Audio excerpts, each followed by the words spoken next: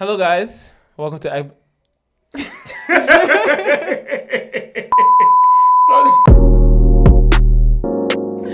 it's rolling.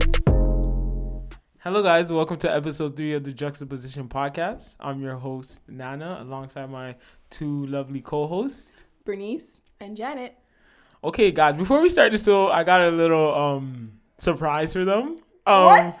This is it's kind of weird. I don't even know. So Bernice and Janet are my good friends and stuff like that. You know, so like to celebrate this podcast, I have some new merch.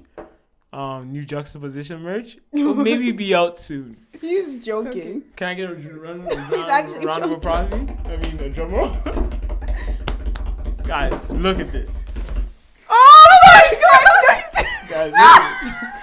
gosh! Guys. No, I need you guys to, whoever's watching, okay, you guys are going to watch this, but audio form, I'm sorry, audio form, you're not going to see this. But once you see this on YouTube, you're going to see, look at this. Look at this, guys. I cannot. Camera. Wow. Did you just? Look at that. This is young Janet, and this is young Bernice. Look, just take it in. New Juxtaposition merch coming soon. I'm telling you. Coming soon. Guys, they're speechless right now because this is... Listen, they came from humble beginnings. Oh my gosh, I'm actually tearing up because this is actually sad. I'm sad. This I'm picture, sad. I don't know who told Bernice to wear... To do her hair like this. I don't know. Janet is just looking like Jadakiss from the early 2000s. So, listen. Juxtaposition merch coming soon. No, that's how you want to start? Starting this podcast strong. Episode 3. Look at this. Right, let's get this show on the road. I just want to start with that. You know what I'm saying? No, we're not going to bypass that. Okay. You really did that, didn't that's you? Fine. You, really you know what, Nana? Nana? You want trouble? No problem. You've started something that, you know. Listen, I'm going to say this because he said Juxtaposition merch coming soon, and it's true. It's coming soon. There's a lot. There's a lot more coming soon, but I'm actually shocked. Thank God for change. Thank God for transformation because... Oh, transformation. We pray. Thank God for transformation because this right here, oh no. I'm shocked. I'm shook. This t-shirt is hard. I'm going to forever wear this t-shirt. I'm going to forever cherish this t-shirt. After this, I'm probably hanging it up on the wall. This t-shirt is sick. Nice quality. Shout out to Jane and Finch. I forgot the store name, but yeah, the quality is nice, you know. Support black businesses. That's what I did. So I went to go get my first Juxtaposition merch. Coming to a store near you. Thank you. Yo, if you listen to this on audio, you gotta listen. You gotta see this on YouTube. I'm sorry, guys, but I might be slurring my words because this is really funny. Like, sorry, but let's get this podcast. Show on the road. Let's get this show on the road. I don't even know where to start anymore because I'm actually shocked. But shooketh. Thank you for that wonderful introduction. Once again, my name is Bernice because he didn't introduce us. Bernice. And I'm Janet. And we are the two girls on his shirt. Yeah. If we didn't know. Yeah. Okay. Right. Sorry. If you didn't know, you have to look close. Maybe I'll post this picture on the yeah, you probably Instagram. should. So yeah, watch out for that picture. It's gonna be hilarious, guys. Okay. Well. All right. Thank you for that introduction. We're gonna get right into it now because that threw me off, but it's okay.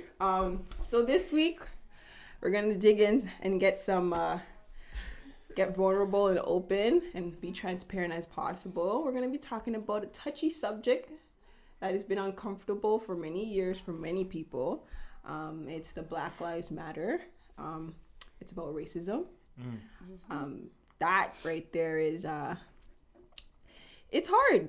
And so I'm going to start off by giving you guys some facts that I searched up. It's actually been recent. This was found in June. All these facts that I found, it was done in June, so it's pretty recent. And it's based on probably within the 2 to 3 years. So 2016, 2017, 2018. All right. So here we go. So, this one. Okay. So an in-depth CBC analysis found that more than 36%, which means 19 of 52, of the people killed in encounters with Toronto police between 2010 and 2017 were black. Repeat that again. Okay. Sorry. So an analysis was done and they found that more than 36%, 19 of 52, if you 36%, Okay. if you, out of 52 would be 19 people, were killed when they were encountered with police, and that's between 2010 and 2017, and those people were black. Okay, this one here shocked me because I didn't even know. Okay, first generation black Canadians make an average income of nearly $37,000 compared to an average income of $50,000 for new immigrants who are not members of a visible minority. I'm gonna say that one more time. Yeah, say that one more time. First generation black Canadians make an average income of nearly $37,000 compared to an average income of $50,000 for new immigrants who are not members of a visible minority. I would believe that. Okay, I'm gonna have one more for you guys. Okay, and this is now another one. Third generation black Canadians make an average income of $32,000 compared to $48,000 for Canadians who aren't a visible minority. Wow. That's interesting. You can say that one more time? I'm going to say one more, actually. Okay? Oh, okay. There's one more. Okay. So, black students were 12% of the Toronto District School Board student population, but represented 48% of all expulsions. Indigenous students were 0.3% of the student population and 1% of all expulsions. Eastern, Mediterranean, and Southwest Asian students were 4% of the population, but 8% of all expulsions.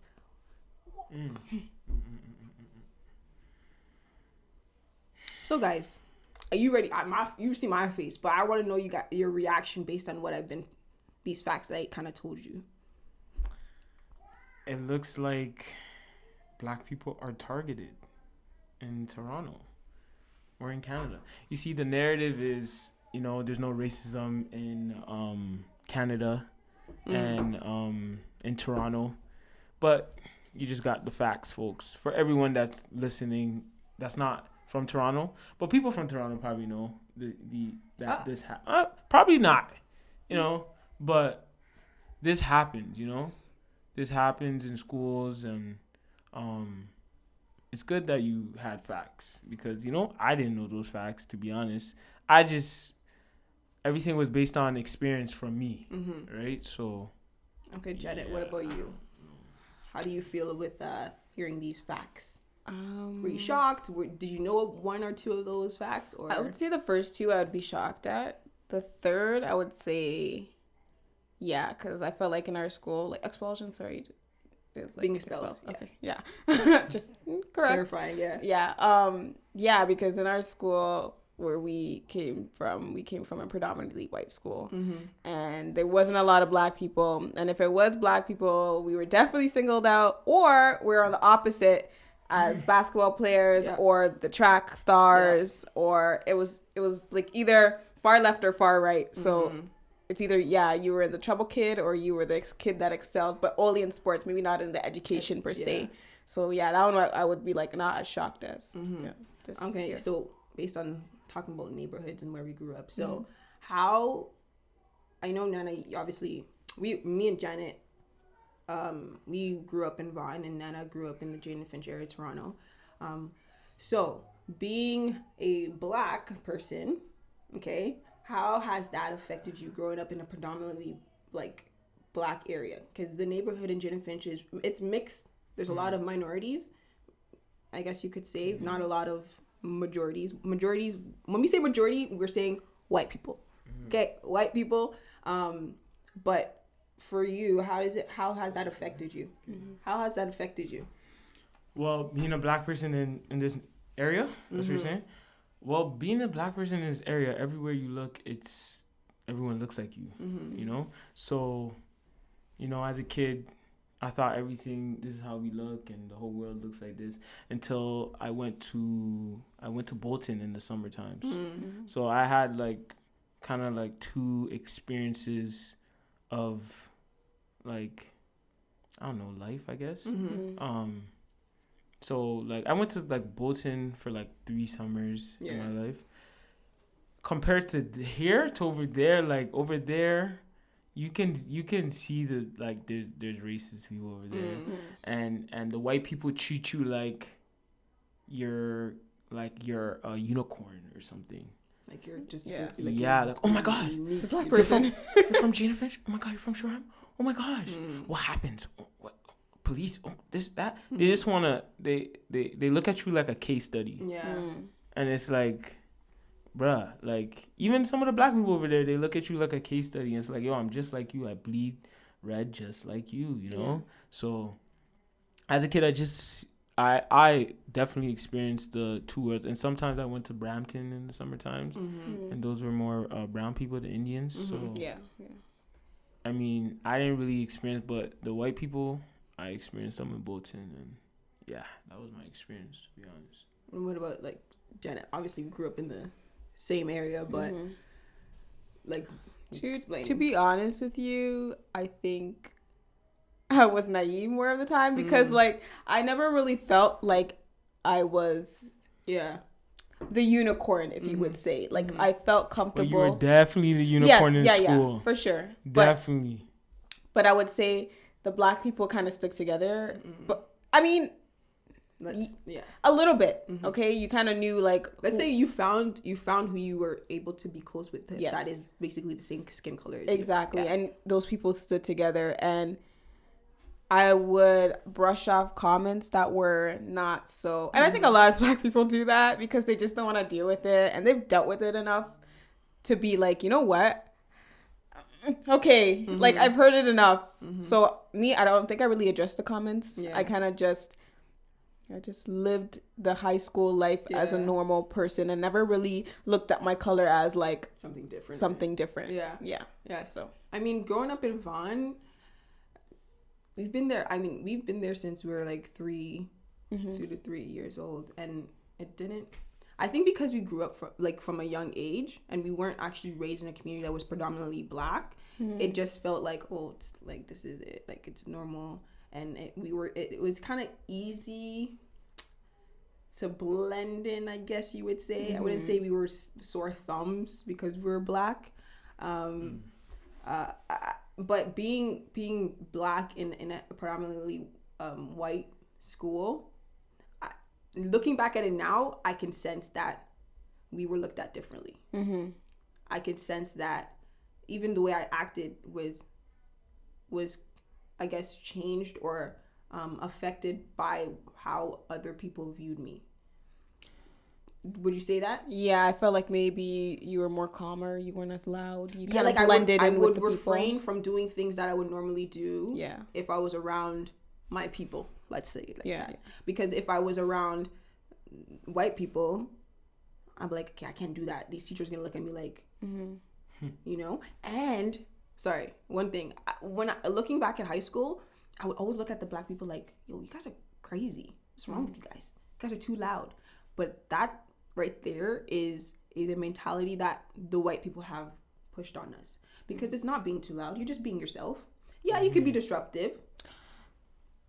Okay, on the other side of it, or the other note of it, I feel like maybe they took on that stereotype of being loud.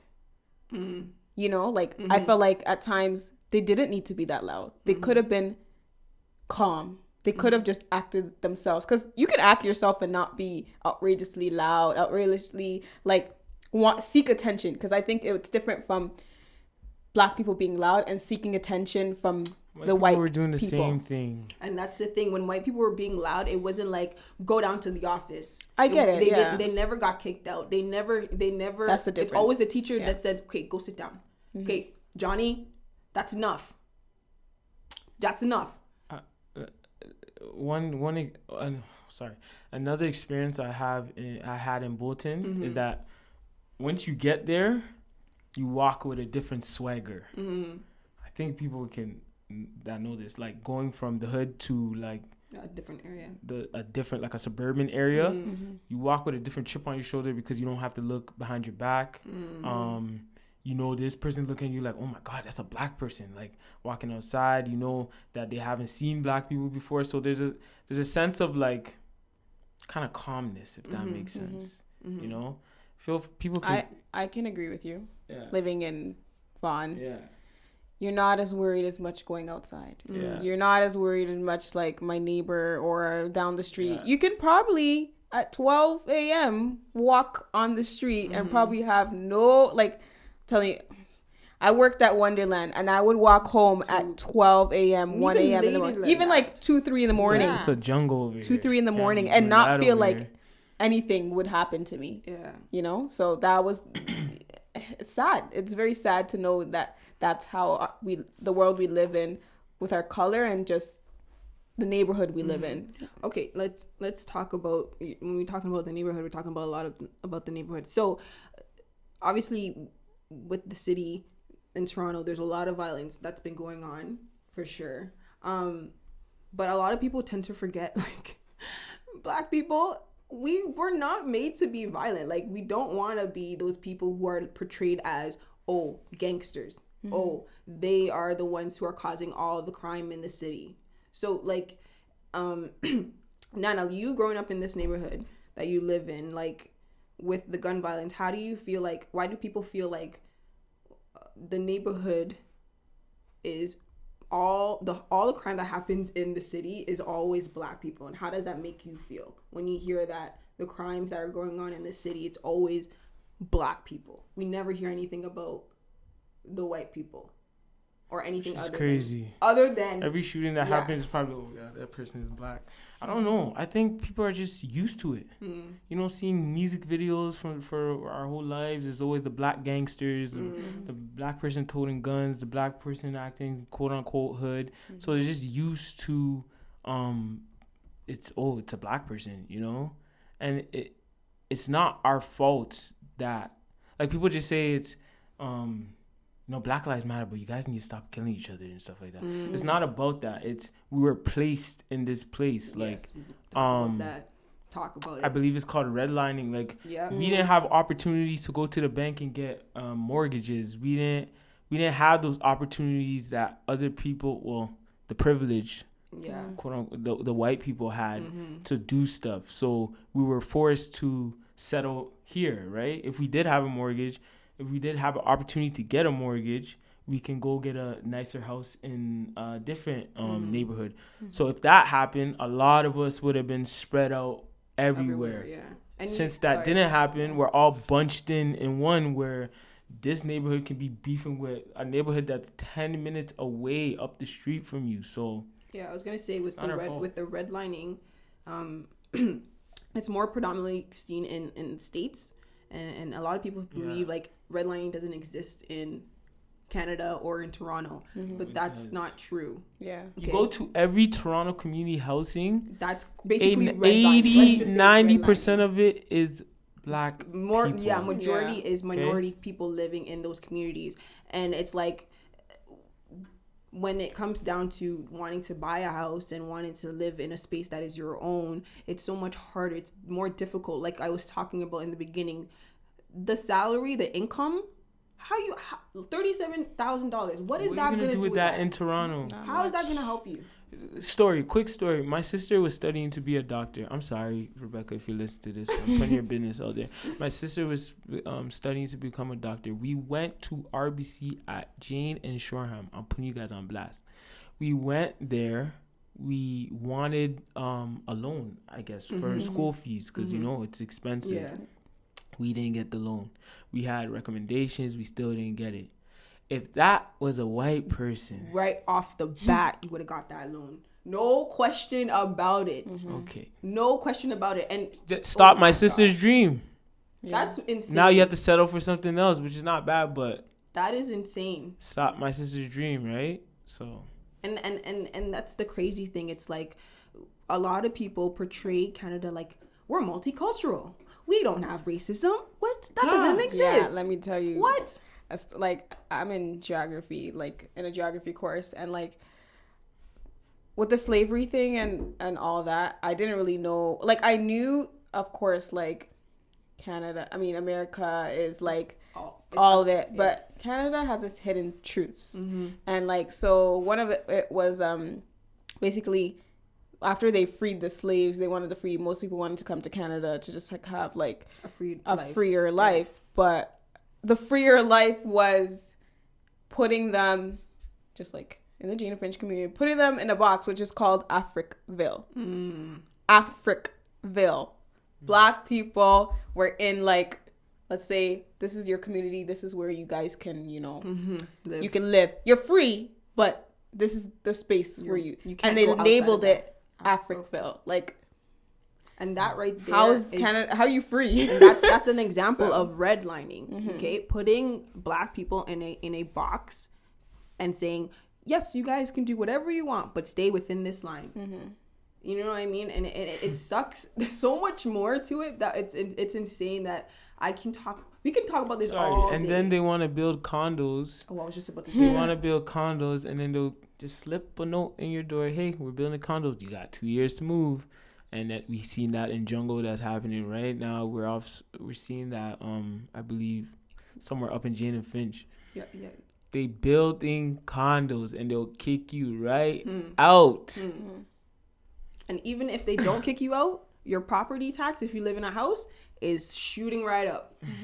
So how are people supposed to afford that? And they know what ethnicity lives in that area, what race lives in that area, the majority of that race. And it's more people who have low income, who are struggling, probably have a 1-parent household, and they're bringing in this income to survive. And now you're bringing in a condo for who? Who's that for? The community?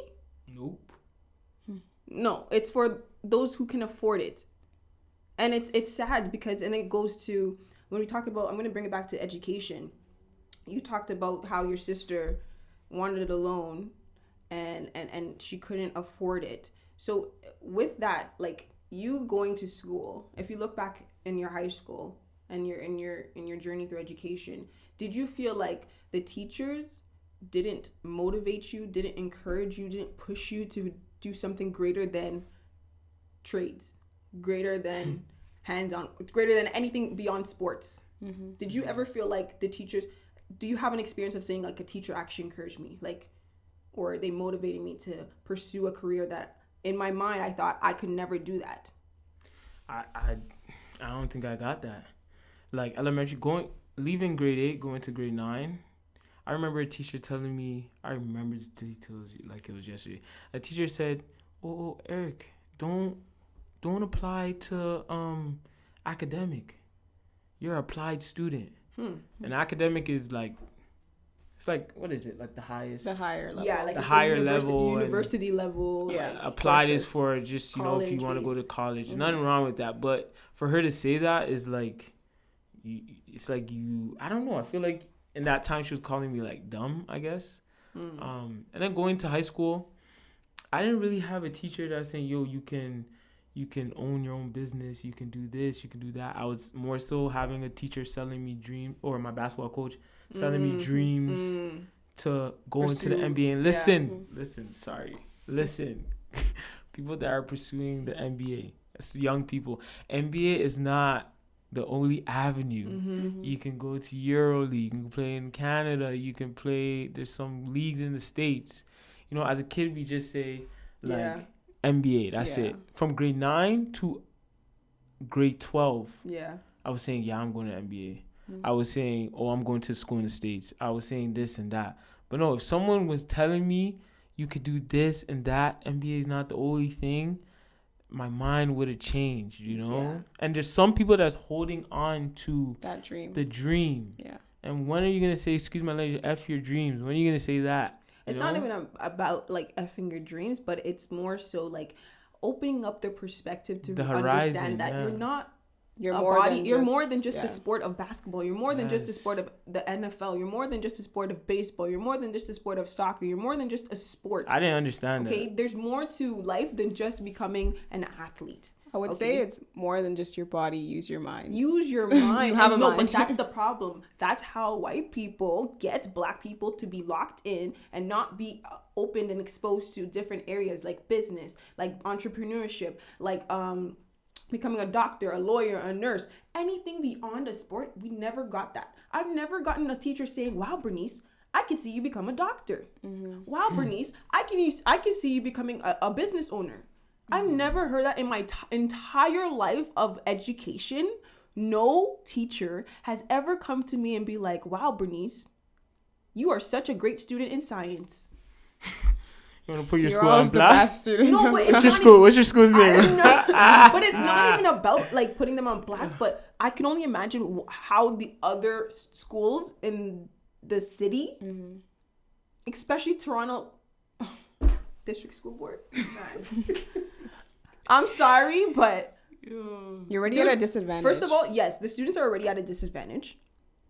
Okay, most students who are black, they're not getting the resources that they need.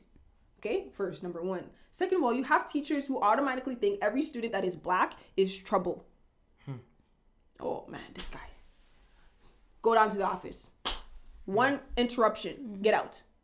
So when you kick a student out for being disruptive, you don't even call them back to explain, like, I need you to be a better student. Like, I want something better for you. You don't even explain. You just kick them out and send them to the principal's office. I think teachers, I don't know, it's going to be hard to explain, but teachers think teaching is just the book. No, you can be a teacher in life. Teach a young adult how to behave. Teach a young adult what happens when you act a certain way. You know, that is not being. There's some teachers out there.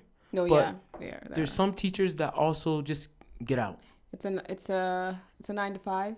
Yes. I clock in, I clock out. If you don't love your job, don't do that. Like, that's what I'm saying. Not a lot of teachers are willing to spend the extra time to invest in those students. But they don't. Once again, when you go to teachers' college, do they even explain this stuff to you? No, like they tell you the book. The book, yes. You need 2 teachables, okay, to become a teacher. Who cares if you love it or not? As long as you know how to get those 2 teachables done. See that right now? You know how many teachers they're hiring for this COVID stuff? You telling me every 500 of them are sick? Come on, man. And it's sad that now we have students who probably now have big dreams, and when they go into an environment where the teacher's like, "Nope, you are trouble, okay? You just gotta go to college. You're not gonna ever get a university degree. You're not smart enough. You're just a body." Like, what? And it's insane. It actually, like, I don't know if people can tell like, I'm passionate about like influencing young kids to realize that their potential is greater than what they see, and in that moment of their experience, you can be something greater. No matter how your experience turns out, you will always be something greater as long as you put your mind to it. As they always say, put your mind to it and you can achieve it. Yeah, kids have to realize that you're something greater than the basketball or the sport you play. Right. Exactly. I also feel like you need those people to.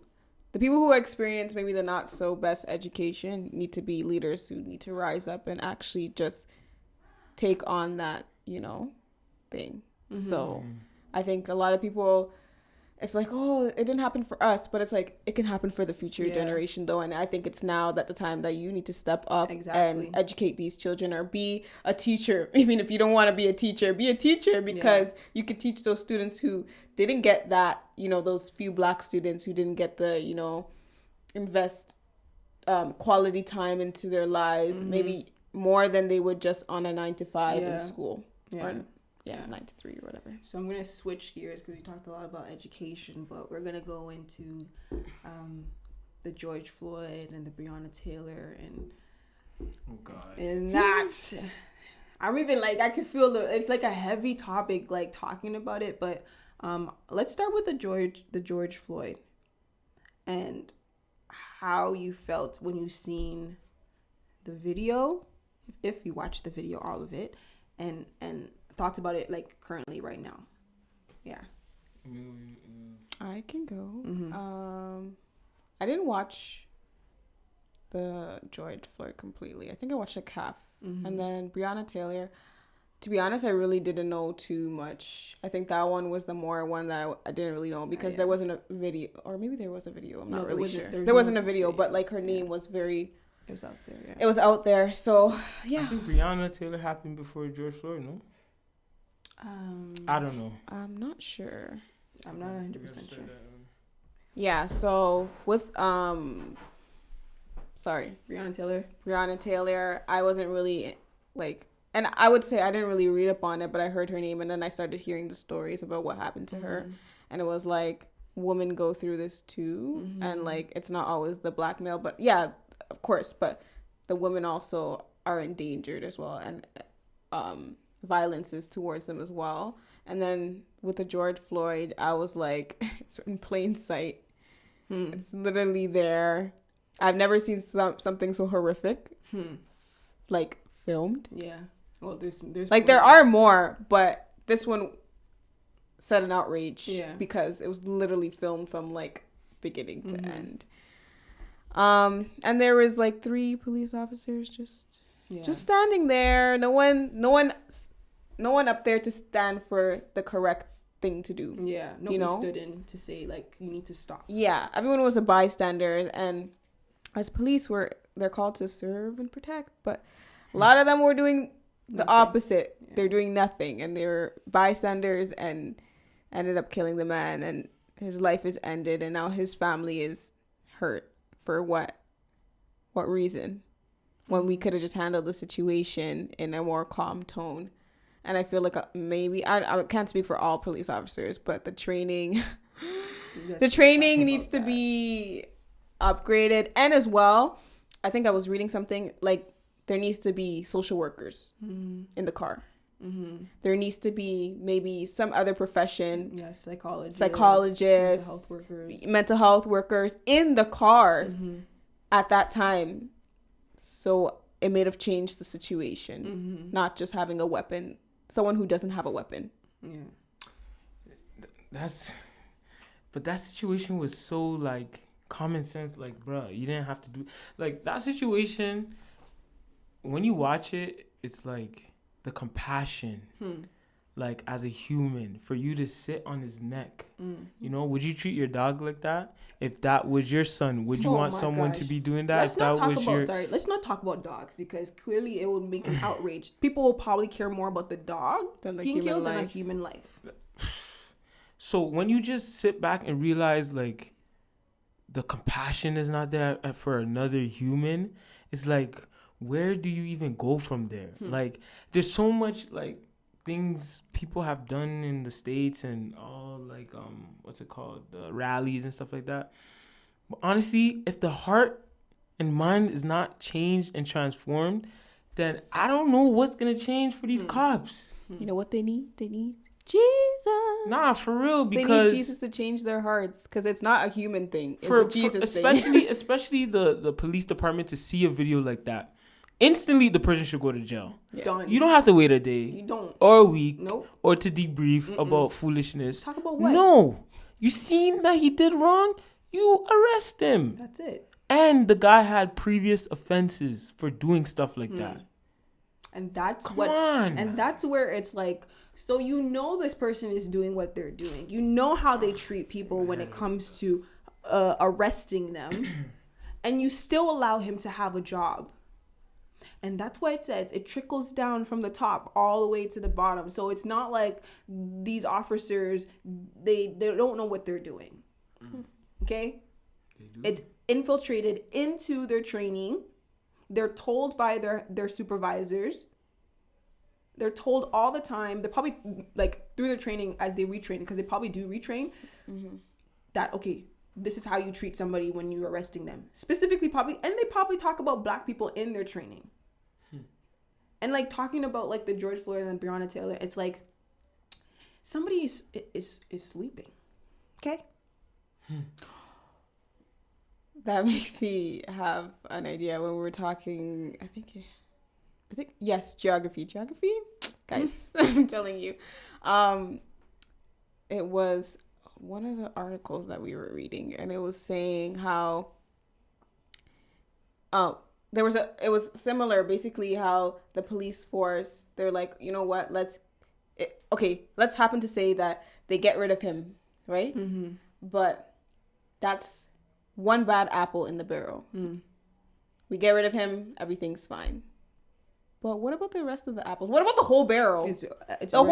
Barrel is all the apples are rotten. Yeah, they're rotten. But you guys took out one apple. Yeah. It's true. It's like we need to look at the whole situation, not the one person. Yeah. The one person could have been, we took him out, but there are so many people who and they ruin it for the good ones. They ruin it for the good ones. But you need to check the whole system. But that's the thing. The thing about ruining it for the good ones need to come together, because we can't see the good ones if you guys don't unite. And the fact that is like you can't say that, like, saying yes, we're ruining it for the good ones, but the good ones, you need to understand when something's bad, it will rot everything. But when the good ones do talk up, they get fired. It's okay. You put it out there. I'm saying you police officers need to put it out there and say, I got fired. And I've seen people do that on Instagram. I got fired for speaking up. Cool. Continue to protest. Continue to put it out there and talk about that stuff, because it's affecting a lot of the generations to come. Mm-hmm. We're killing these black men. We're killing these black women. The generations to come, they've died with them. Yeah. There's nothing, like, we could have had the next president within those people who died. We don't know. Yeah. The next person who can change the whole city or whatever it is, or change the funding of the police, or bring new ideas, solve cancer, I don't know, something new within that generation, but it has now been killed. It's been killed off. You know, and that's sad. Yeah. It's sad. I have an interesting point about the Breonna Taylor case. I'm going to go to my notes. Sorry, excuse me. So I do believe the police should be accountable for their actions, but there is one person we gotta look at as well. I think we gotta put some blame on the person that potentially lied to get her house under surveillance. That person, because she allegedly had ties with her. Yeah. They're trying to say she had ties with her ex-boyfriend who's a drug dealer. But that guy that put that out gave misleading information. Yeah. Because she wasn't there with the ex, you know? And if that was right from the get-go, they wouldn't be at her house trying to get this so-called drug dealer or something like that, you know? So I feel like there was no reason to put her information out there like that because that wasn't true. Those little things added up and caused trouble, you know? It's true. Like, there's so many mistakes, like, and just hearing her mom talk, like, her mom talk about the situation, like, they sent her on a wild goose chase. Yeah, I heard about that. Like, that's nuts. Like, for her? Her mom. About to find her. To find her. Yeah, like, what happened to my daughter? Yeah. Let me read you something I got from, I believe she was on an interview with Angie Martinez and Yee. It said, after this moment, Miss Palmer drove over to the apartment complex where her daughter lived. And with the street line full of police cars, she was continuing to give the runaround about what had happened, including someone telling her that the ambulances went to the hospital and then eventually being told that her daughter was not there and they had no record of her being taken to the hospital. Wow. That is crazy. Wow. You're sending someone on a mother who's like frantic, worried. And then after that, she finally realized, like, my daughter's dead. You know, so those stuff, like, I don't know, I can't respect that. It's like a lot of corrupt stuff is happening in police departments, and but policing was once built on catching slaves and stuff like that in the past. But the foundation already was broken. Built. Yeah, it was broken, and I've heard people say this a lot. The foundation of police, it's not the system in general was never built for black people. If you didn't know that, well, now you know. The system was never built for black people. It was never meant for us. It was always meant to chain us down, It was always meant to keep us in a confined space. If you start with slavery, we got freedom. Let's put that in quotations, freedom. Not free. Okay? Then you're segregating people, okay? You're free, but you can't move around the way you want to move around. You're redlined, so you can't get the resources you need to be so that you can have a stable life to live. Okay? Then you have mass incarceration. Let's put all the black people in there. Let's charge them for all types of nonsense. Okay? That the white people can be charged for, but they don't really get charged for. Okay? They Regular stuff. Regular, easy, like ticket stuff. If we want to go into talking about selling weed and having weed on you, we can have a whole conversation about that. Release all people that have weed charges because weed is legal. We don't endorse. Listen, let's just clarify. We don't endorse weed. But for those who are incarcerated for having possession of weed, those people need to be released. It's like we always we're never meant to be free. Let's just say it like that. And like being Christians, because it's been difficult. Take the high road. I can't. You can either have your emotions. You have to separate your emotions a little bit and be like, you know what? I would rather do this, but the Lord knows. And that's the thing. And I think with the whole situation about racism, I think a lot of people started looking at Christians like, well, side-eyeing them. What do you guys do? You guys are quiet. Yeah. Why are you guys not talking? And it's not a matter of fact it's hard because you don't want to just base your answer, your response off of emotion. Which a lot of people are doing. Yes, because then after you're going to go back and you'll be like, oh, well, I mean, I didn't really mean it in that sense. And now it's like, now you're contradicting your walk with Christ. And it's like, well, this is what you said. Are you sure you're a Christian? So you guys with that, like with being Christians, how was your response? Like, how did that affect you with what was going on with the Black Lives Matter movement? And I have a story to tell to you after. Sorry, at the time, obviously frustration plays a part. But I think at the time, a lot of Christians were saying, pray for the officer's heart, pray for their officer's heart to change, which is true. But at that time, I don't feel like it's right to say in that moment. The reason being, I feel like, no, it's okay to grieve in this time. It's okay to feel how you feel in that time, right? We can pray for them, but just not today, Am I wrong? Like, it's not wrong. But I understand what he's saying because we always tend to be like, well, Christians, you can't feel the way you feel because you're Christian. Yeah, it's okay to feel. I'm not saying you have to curse this person out, but let's grieve. And let's lift George Floyd's family up at that time, It doesn't have to be straight to let's pray for this person, but let's grieve, but I think it's all in the way that you say it sometimes.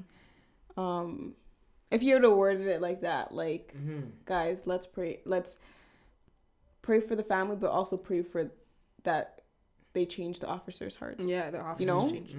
Their hearts are not as cold, But let's, put those two together because then it makes them, feel good, but also realize, the only way we can fix the situation right now, because we can't physically fix the situation. We're not going to go out and killing people, but we have to pray for the people. Yeah. That's the only way that maybe our hearts can be a little bit more settled. Yeah. I mean, like, for me, like, being a Christian and this whole situation, I'm sorry, but at first it's like, what is wrong with people? Like, what is wrong with people? Like, how? I just say, God, like, is this what you mean by we are wicked? Is this what you mean by, like, our hearts are wicked? The heart is deceitful. Yeah. Like, our intentions are just pure sin. You're damn right. Yeah. And it's insane because you read it and you hear people talk about stories in the Bible and how God explains and says that the world is wicked and all, and then you see it in your face. You said this is truly wickedness. This is truly wickedness. This is truly wickedness. Yes. There's nothing else to call it but wickedness. And well, I don't know. I just got tired and frustrated and I was angry. especially now in this day and age, you're seeing everything on social media. So it's like you're trying to take a break from it, but it's in your face 24/7. The explicit versions and everything. Yeah. So it's very hard to like get away from it. And it's honest. Like the way now that we view people, especially those who are not black. Okay, white people. When we look at them, it's hard. And yeah, it is. I don't want to do that though. No, and that's I don't want to have that try mindset not where, to do that. But that's the thing. Of the people are like that. No, but and that's the thing. It makes that happen. Yeah. When you are basically exposed to white officers doing this to black people constantly, you're looking at all the white officers like, damn. Not even one officer is gonna be like, I stood up for this person. Not even one gonna be like, I condemn these people. Like, I don't agree with what they're doing. And that's why I feel like it's important to whatever you're doing in life, businesses or get-togethers or friends. It's important for it to be diverse. Yeah. Because when you go into heaven, it's not gonna be all black people. Exactly. Yeah, it's gonna be a lot of races, right? So I can't. It's hard for me to like just get mad every time I see a white person just like, damn, you're racist and stuff like that. And then sometimes when they act nice to me, it's like you're questioning it now. Are you? I don't know, but it's sad. I feel like why I can't think of white people like that, because I have white people in my life who have shown me the opposite side. So it gives me a little bit of hope that in humanity, of course, yeah, there are white people who do care for everyone. It's hard to see at this time, of course, right? And shout out to the white people that are using their privilege to combat prejudice. I believe. Thank you very much. You are appreciated. Shout out to them. Because we have to stand together. It can't just be the black people who are fighting for this. It has to be all races, all genders. All sexualities have to, we need to come together and yeah, like what you said, like how you have some white people in your life that are using their privilege to combat this discrimination against black people. Once again, we're not saying all white people are bad, okay? I understand that. And it's like, as Christians, we're called to love everybody. And if Jesus can love everybody, let me say that again. Everybody. It's hard to even everybody. Think about it. Yeah, it's hard to understand. But if you look back in your own life and you think about all the things you've done, how you lied, you cheated, you stole, you've offended somebody, and you've always been given grace to come back again and do better and repent and try again. And you got to look at it and be like, okay, you know what? I'm no better than he is. I'm no better than she is. No matter, even if it comes down to race, regardless, if somebody's racist against me, I'm still no better than them. There's nothing about that's what keeps me grounded in every situation. People that do me bad, people I hear stories about, like they did that. I'm just like you. I sin, So. I would say, as Christians, sometimes when we categorize saying, cheating is at the top. Yeah, we have racism hierarchy at the middle, and then if he stole a bubble gum, he's not that bad. He can let go. But all sin is the same, guys. Let's repeat it. All sin is the same. It is. Okay, don't categorize sin, but we all need to work on just forgiving each other, and as you said, grace, giving each other grace for all things. Yeah. It's very hard sometimes, but it's difficult. It feels good for yourself and your soul and your spirit. Yeah, no, trust me. And we're human beings. Our instinct is not first thing to do is to kill each other. Okay, we have emotions. Like we're not killers. Okay, let's love each other, man. We're called to love each other, man. You know what? Listen to those emotions, because a lot of people suppress the emotions, but those emotions are made from God. Therapy God made those emotions. Go to therapy and pray to God, okay? And it's not. I mean that's easier said than done for a lot of people. Like, but I'm gonna say, for like when it comes to Black Lives Matter and racism and discrimination, once again we say it a lot, but it takes a whole family to change. Okay, it's not just the police officers that need to change. Black people, we need to also come together White people need to use their privilege to help others who are of minority, those who are in higher status, who have abilities to go into places and talk and speak about how Black people are not getting the resources that they need. They need to do their job. Mm-hmm. That's what it comes down to. It's a whole unit. We move as one, right? If one moves, then we all have to move together. Like, it's not just, okay, the police, defund the police and that's it and everything will be better. It's like, no, because now those who are living in communities who have been in communities of violence or don't have the resources, their minds are not trained to level up.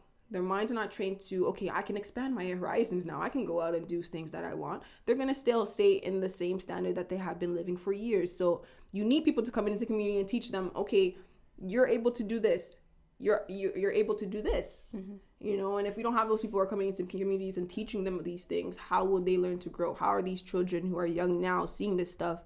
How are they going to use this and help them elevate themselves beyond who they think they are, you know? So, but yeah, this could go on for days and days and hours, and it can go on forever. But I just wanted to kind of, I guess we're going to say, your final thoughts on this. I mean, yeah, what are your final thoughts and I guess you can say your words of encouragement, and yeah, for those who are in this moment, I guess. Yeah. So first of all, final thoughts, and then I guess final thoughts. Give and encourage. Guys, make the world a better place. MJ said it. He said, make the world a better place. How do we do that? We act. Mm-hmm. We love on each other. Mm-hmm. We show each other grace. We stand together. We hold hands. Yeah. We invest in the students who need to be invested in. Mm-hmm. You know, we look at them as a human race and not the color that they are. Mm-hmm. I think I'm just going to go back to that education part. Young adults, please expand your horizon. Yeah. Please. It's very important. There's so many things you can do in this world if you just put your mind to it, right? Yeah. It's a very crucial time when you're in high school, you know? People just like to cruise by and lollygag. But I'm telling you, hone in onto your skills and figure out what you want to do. Yeah, I agree. I was going to say the same thing. Definitely believe in yourself. If nobody tells you that, well, we're here. We are supporting you 110%. You can do it. And you're beyond just a sport. Your mind is created to think and use more than an athlete. Like, you are more than an athlete. You're more than just a body. But yeah, like, and to combat this racism and discrimination and all that, you need to come together. Yeah. And we all need to love, like Janet said, love each other. The world, making a better place. For you and for me and the entire human race. But yeah, it is true. This has been a long conversation, but I think it is needed. Sorry, guys, for laughing in your speakers. If you're at work, I'm sorry. But okay. I don't care. But yeah, go say something. I was gonna say if we're gonna wrap it up, but if we're gonna wrap it, of course, we're gonna say our segment, which is always gonna be the moral of the story, guys. We kind of did our little moral of the story. I guess that was my moral of the story. The moral of the story is a segment is just to encapsulate all that we said, all that we, spoke about. What is your main idea? What are your final thoughts, or what did you get from it, or what can you say in a few words that encourage somebody. So I would say like 2 to 3 or a few words. So what would be your word, or what would be your few words that you could encapsulate the conversation? Dang, I gotta think about that one. I could start. I would say dream bigger, and you're more than just a body. Mm-hmm. You're more than just a body. I think she speaks on behalf of me, to be honest. Mm-hmm. Oh, okay. You don't want to be unique? We could head it over to Bernice. No, I'm wasting time so he can so he can say something. Okay, for me, no, okay, mine is stop laughing at me. Sorry. Dang, she put me on the spot. Yeah, okay. I think mine is gonna be that we're human beings and we need to love each other, and take time out of your day to talk to somebody who you normally wouldn't talk to. Or who doesn't look like you. Who doesn't look like you. So that when you talk to them and you find out, wow, we have so much in common, then you can go outside and start talking to other people, you know? So, but yeah, once again, love each other and speak to people who you don't normally speak to, so that we can unify this whole world. And feel free to please contact us if you feel like, you know, you have something to say. Yeah. Because, you know, I'm not always right. We're not always right. So I'm always open to being educated. Trust me. So if there's something that I said that wasn't, you know, correct, you can just educate me on that. And sorry. Oh, wow. I'll be lovely to hear what you have to say. Write it down in the comments. YouTube. Yes. You know, tell us what you thought about the episode. Tell us what you thought of your own thoughts of just, you know, what's happening in the world or whatever. Any questions maybe we can answer. You guys, stories, yeah, would be great. Or experiences that happened to you as well. Yeah. So once again, thank you so much, guys, for tuning in. I was just gonna say, don't forget to follow us on Instagram, the Juxtaposition Podcast _. Don't forget to listen and follow us on Spotify, Apple Podcast, and YouTube. Okay, we want our subscribers to, you know, be notified of when we drop our new videos every Monday. And shout out to all the people that are showing love, to be honest. Oh, yeah, you know, for sure. I love that feedback. The support is you know, feel great. the love. So shout out to you guys. And please, guys, watch the YouTube to have a laugh of the beginning of the episode and see this ridiculous shirt that Nana hard. printed. It's gonna hit. You guys the are gonna DSPs. laugh. You guys have to watch. So. You definitely can. You're gonna buy these shirts. Oh my gosh, These guys! shirts are Subscribe, guys. Thank you. Wait! Before we close, because I'm gonna have the final word. Ooh. Nana is going to regret this moment. I promise you. Okay. Anyways, thank you guys. Well, folks, that's it. We're the Juxtaposition Podcast, and we're out.